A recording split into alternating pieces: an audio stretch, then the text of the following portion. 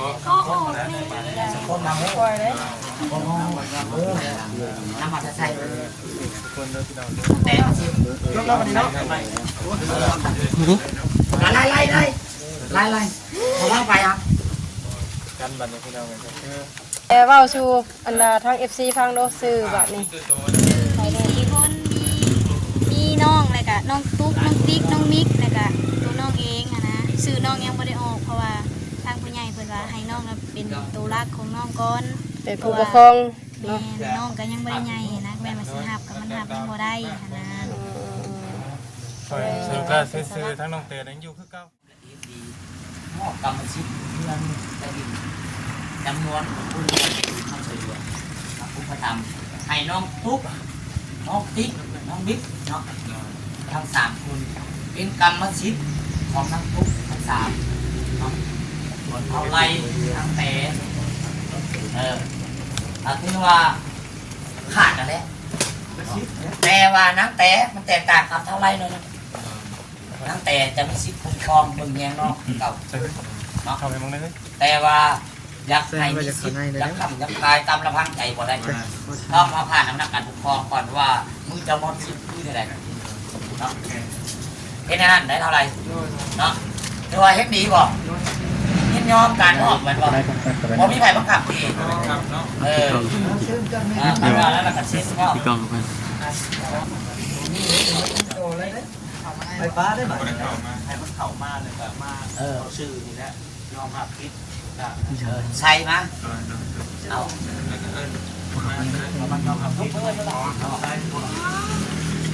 เบื้องหลังเขา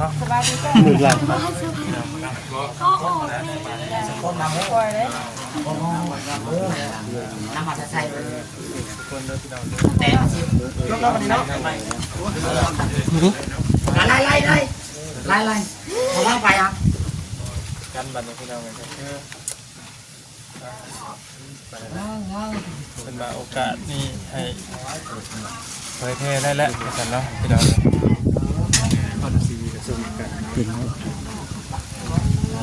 จำต้อง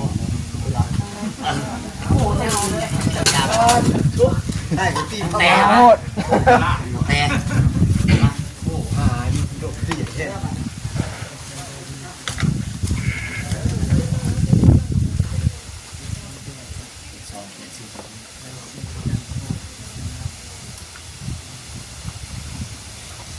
ปูเงากันเลยผู้หักเดี๋ยวนี่คือน้องไทยเนาะนั่งลงแล้วนี่ว่าต่างน้องอะไรเนาะเขาคณะบ้านก็ว่าต่างน้องแต่ว่าน้องนั้นยินยอมต่อคำพิษเนาะและให้สังคมให้อภัยน้องที่มีจิตสำนึกเนาะเพราะว่าผู้เฒ่าผู้ถึงการอะไรแล้วนี่คือน้องไทยนี่โดยอารมณ์โศกโมโหอย่างเนาะพอมันแล้วชิ้นแล้วทางน้องชัยก็ได้สำนึกผิดนั่นแหละเนาะมาหาทางพวกเราเนาะแล้วโทรหาเบาเตียงเนี่ยนี่ยินยอมแล้วเขาผิดแล้วขออ่อนโทษน้ำเบาเตียงเนาะแล้วขอขมาลาโทษน้ำเบาเตียงจะด้วยความจริงใจเดี๋ยวนี้สังคมให้ครับโหว่าน้องว่าให้ทุกพูดโกรธเครื่องเนาะระหว่างสังคมโลกโซเชียลเพราะว่าพิพาทไปแล้วถือว่าได้มีอย่างหุ้นแหงเนาะสิ่งที่คลิปมันเกิดขึ้นก็ให้ลุกล่างไปเนาะก็ให้สังคมยอมรับกับความเป็นจริงแล้วโอเคถ้าให้ก็ที่จริงก็บริยาที่โทษเกิดโกรธเครื่องยาเนาะคือที่ให้คือบอกไปแล้วแต่ว่าถ้าน้องมีความจริงใจมาขอโทษให้กันให้อภัยเนาะแต่ว่าพอจะยังเดียวคือนักคนต่อไปก็จะไปพิจารณาอีกได้ว่าทางอ้ายที่เขามาช่วยที่ดูอย่างพักแจ้งขนมหรือว่าอยากให้ว่าให้มีปากเสียงเมียงกันแต่ว่าจะมาช่วยคืออยากมาให้อยู่สบายคือจริงมากคนนั้นจริงก็อยากให้ตัวก็เมียมันนอนอยู่ตึ้งแต่ว่าตัวก็พอใจอยู่มองหันแต่วันนี้ผู้ ใหญ่เพิ่นก็บอกว่ามันบ่งามมันเป็นมันแบบว่าผู้ท้องผู้ชายไปอยู่กระท่อมนั่นแต่มันก็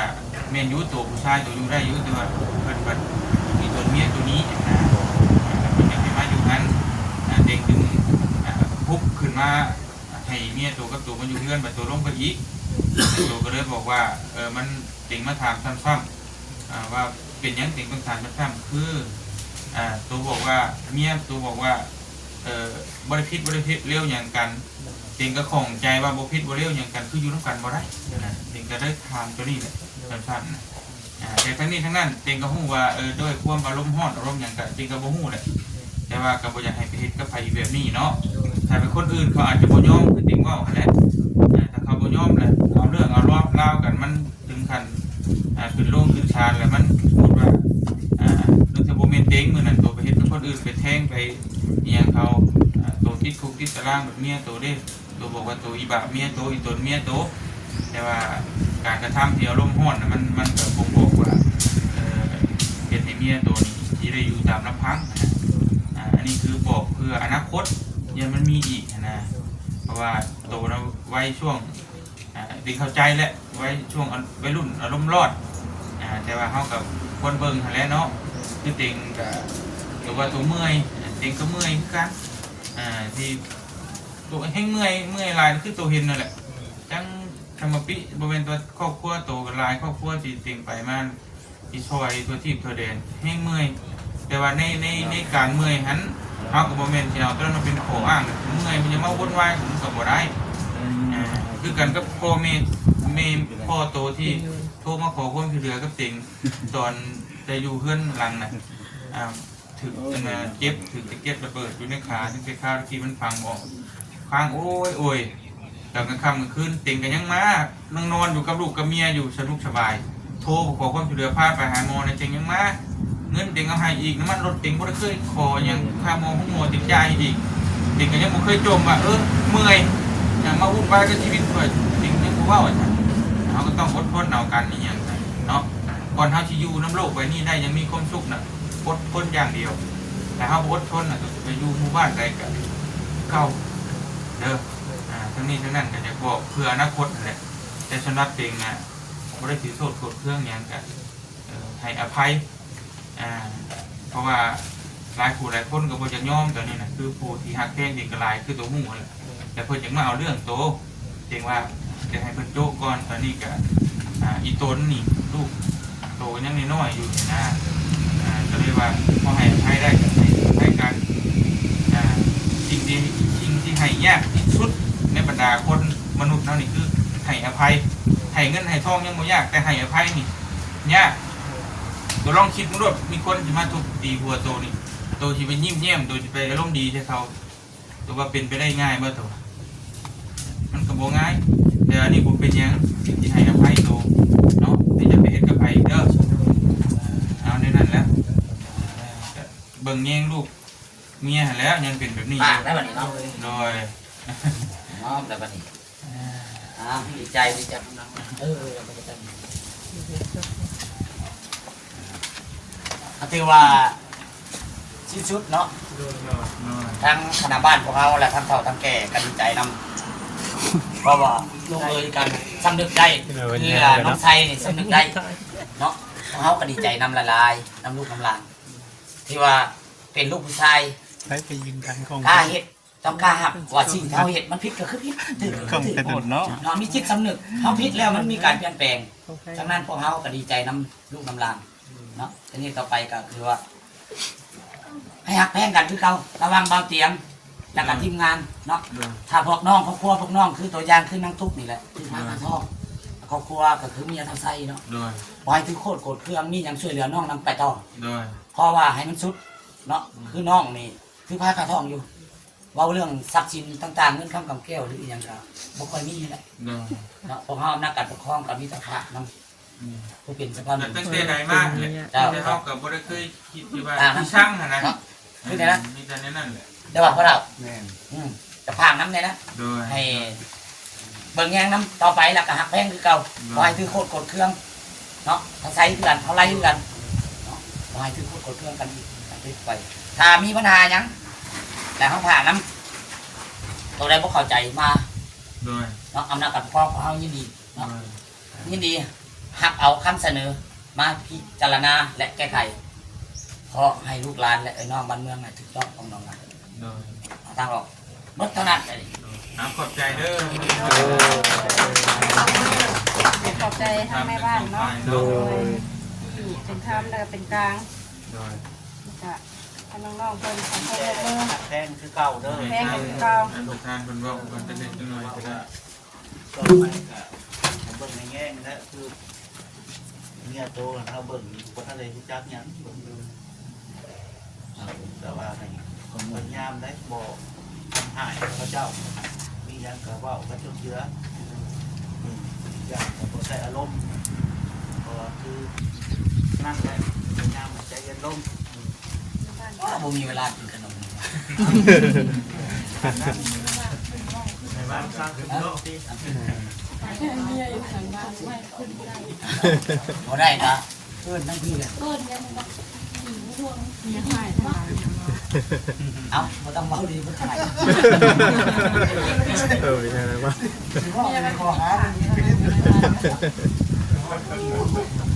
เนาะแน่นอนเลย พอแล้วเนาะวันนี้ อันนี้สุดท้ายนี้ถือว่าเฮาแนะนำห้องในบ้านเนาะหักชอบคุณสันนี้แล้วก็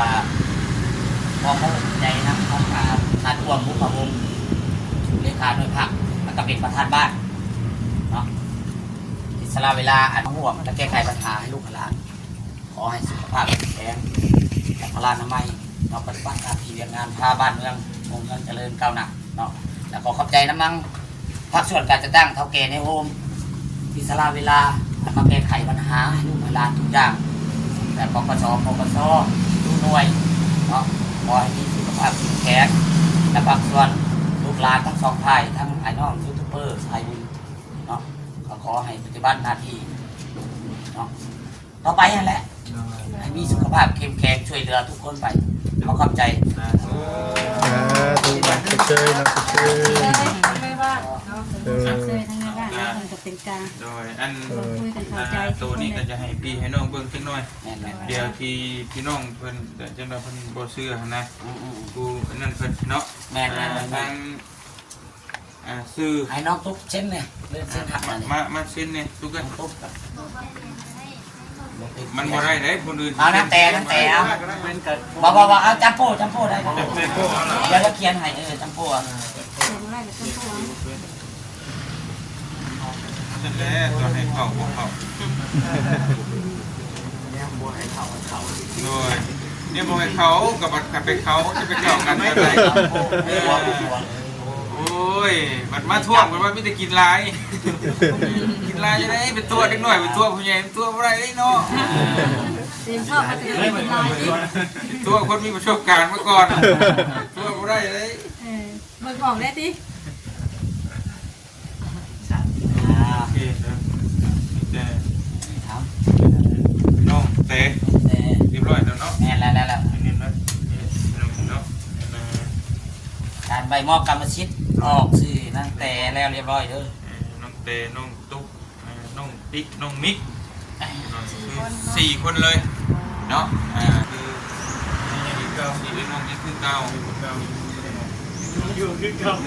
นะครอบครัวแม่ยังอยู่คือ4คนนัดแต่เบาไล่ออกก็คือทางครอบครัวของเบาไล่กับบ่มีสิทธิ์แม่ในเฮือนในดินตอนนี้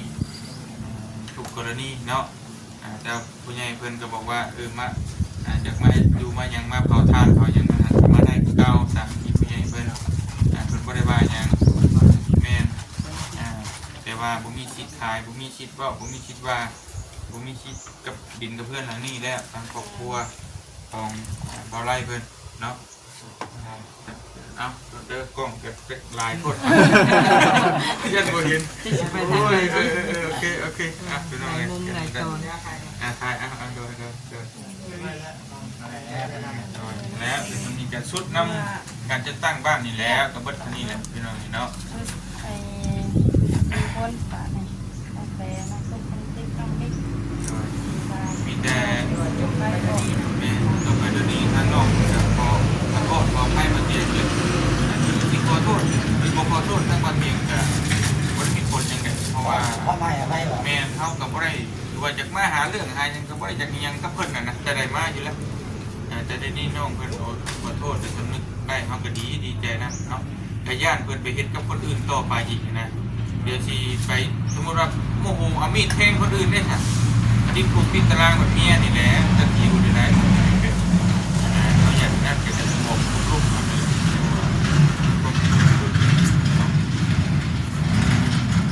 แค่นั้นแหละน้อง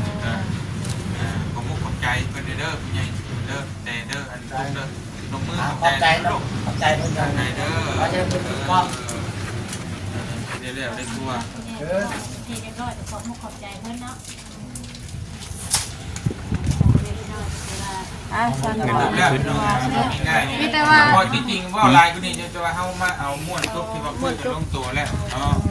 เพื่อ เงินมือเลยมันเนี่ยเนาะ แม่นเป็นคำเลยเด้ มีแต่ทางสมุนจะได้ขอตัวกลับก่อนเพราะว่าเวลามันใกล้เมื่อนั้นบทเตียงเด้อ โดยผมขอบใจเด้อ โอ้ย ที่มาร่ ข ว อ ม บใจละลายเด้อพ่อเด้อ มีเองอะไรแต่เพลงที่ให้ต้องมีมือจะเป็นกลางมาเด้อมาเด้อเด้อ โดยไปเวลาสมุน ขอบใจละลาย เข้ารวมเลยไป จบคลิปก่อน กองทางนอกได้จะเป็นกระชากนั่นน่ะไป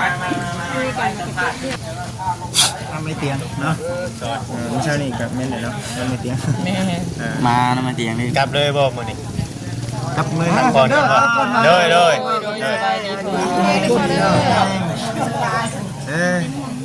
เป็นห่วงงัวดิ อยู่เกิดไปได้ อ้าวหิวเกิบระบาดนี่มันตีนบ่ โอ้ย เชิญ เป็นห่วงงัวป่ะ เป็นห่วงงัวเนาะ ไปสันแต่เอ้ยชีได้กลับก่อนเด้อน้องเด้อแต่ว่าเจ้าหน้าพ่อมาเตียงกันไม่ได้ เกี่ยวนะนี่ก็มีกล้องโอ้ยเฮานี่นะกล้องใหญ่ไปตัวเบาบ่ได้จะได้ให้ด้วยได้เกี่ยวกันเนาะอันนั้น